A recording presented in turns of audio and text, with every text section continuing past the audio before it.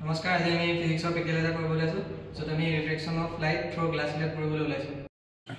ইয়াত আমাৰ এপাৰেটাছ লাগিব, glass slave, A4 size paper আৰু লগতে পুতিবলৈ পিন লাগিব আৰু লগতে স্পেল আৰু কাট পেঞ্চিলৰ প্ৰয়োজন হ'ব।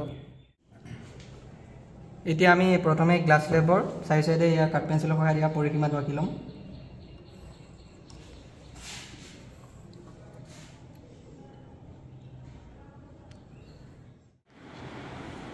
প্ৰথমতে গ্লাছ স্লেবৰ নৰ্মেলডাল আঁকি ল'ব লাগিব।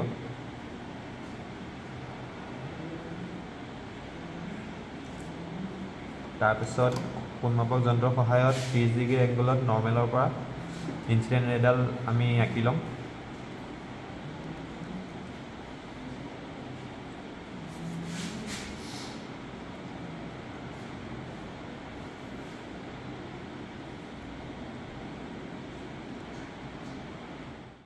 এতিয়া আমি ইনচিডেণ্টৰ ওপৰত পিন পুতি ল'ম।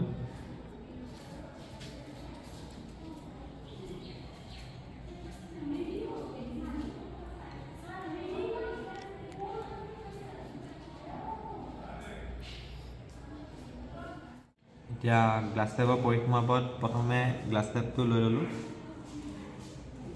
তাৰপাছত গ্লাছ স্লেবৰ মাজেৰে পিনকেইটা যেনেকৈ দেখা পোৱা গৈছে তাৰ সমানে সমানে আমি আৰু এটা পিন পুতি ল'ব লাগিব।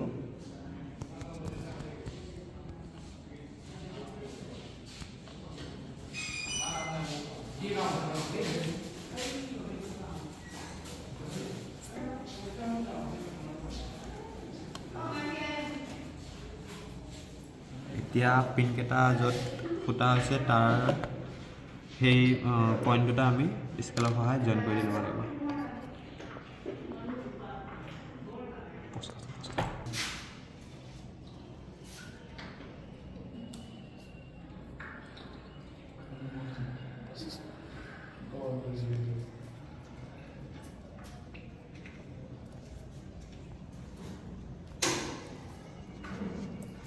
আৰু ইনচিডেণ্ট ৰে আৰু ৰিফ্লেক্টেড ৰে দুটা আমি জইন কৰি দিম।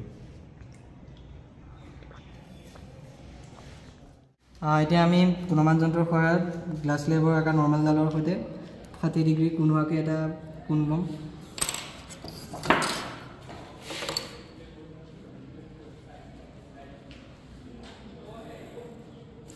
তাৰপিছত আমি দুটা পিন লৈ পেলাই সেই কোণটোৰ পোনাপোন হোৱাকৈ দুটা বিন্দুত পুতি দিম।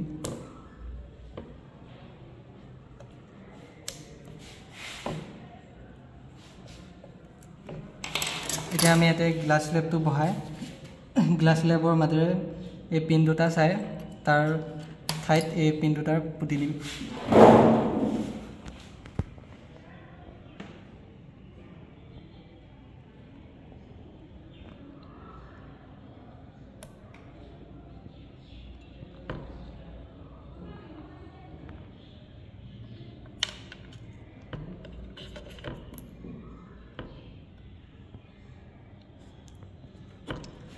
এতিয়া আমি গ্লাছ স্লেবটো আঁতৰাই এই পিন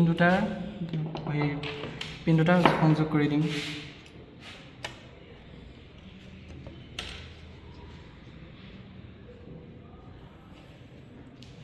আৰু এতিয়া আমি ইয়াৰ নৰ্মেল ডালৰ লগতো সংযোগ কৰি দিম।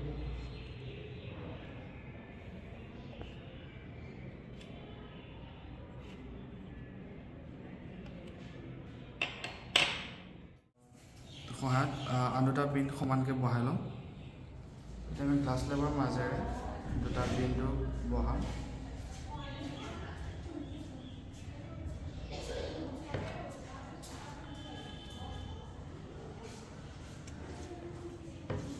আৰু আমি গ্লাছ স্লেবটো আঁতৰাই বিন্দুটো সংযোগ কৰিম।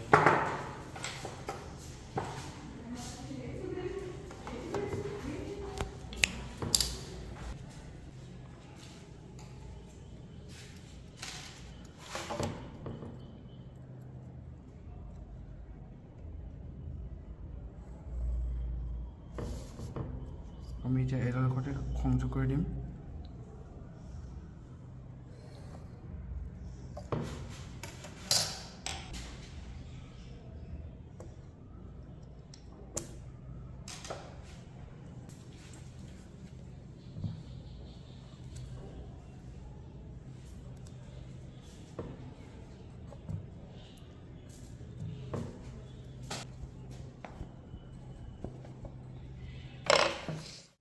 এতিয়া আমি এই প্ৰেক্টিকেলটো সহায়ত গম পালোঁ যে পোহৰ ৰশ্মি গ্লাছ স্লেবৰ মাজেৰে গ'লে ৰিফ্লেকশ্যন হয়, অৰ্থাৎ ইয়াত যিডাল ইনচিডেণ্ট ৰে আছে ৰিফ্লেকশ্যন হৈ ইয়াৰ ৰেখা বক্ৰ হোৱা দেখা গৈছে।